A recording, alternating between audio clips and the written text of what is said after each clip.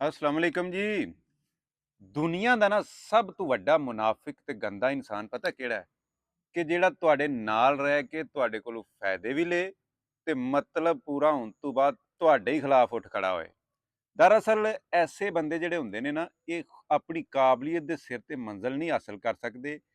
ਇਹ ਦੂਸਰਿਆਂ ਨੂੰ ਇਸਤੇਮਾਲ ਕਰਨ ਦੇ ਬੜੇ ਮਾਹਿਰ ਹੁੰਦੇ ਨੇ। ਇਹ ਦੂਸਰਿਆਂ ਦੀ ਮਿਹਨਤ ਕਰਕੇ ਤੇ ਹਾਸਲ ਕੀਤੀ ਹੋਈ ਮੰਜ਼ਿਲ ਤੇ ਪਹੁੰਚਣ ਵਾਸਤੇ ਨਾ ਉਹਨਾਂ ਦੇ ਕੰਧੇ ਦਾ ਸਹਾਰਾ ਲੈਂਦੇ ਨੇ ਤੇ ਜਦੋਂ ਉੱਥੇ ਪਹੁੰਚ ਜਾਂਦੇ ਨੇ ਫਿਰ ਉਹਨਾਂ ਦੇ ਖਿਲਾਫ ਹੋ ਜਾਂਦੇ ਨੇ।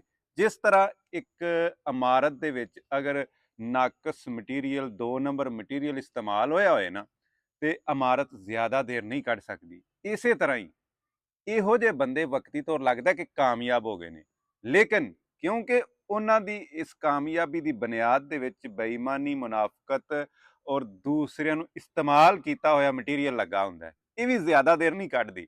ਬਹੁਤ ਜਲਦ ਇਹਨਾਂ ਦਾ ਚਿਹਰਾ ਸਾਹਮਣੇ ਆ ਜਾਂਦਾ ਹੈ ਔਰ ਇਹੋ ਜਿਹੇ ਕਦੀ ਸਕੂਨ ਨਹੀਂ ਪਾ ਸਕਣ ਦੇ, ਪੈਸੇ ਜਿੰਨੇ ਮਰਜ਼ੀ ਹੋਣ, ਕਿਉਂਕਿ ਇਹਨਾਂ ਦੂਸਰਿਆਂ ਨੂੰ ਬੇਸਕੂਨ ਕੀਤਾ ਹੁੰਦਾ ਹੈ।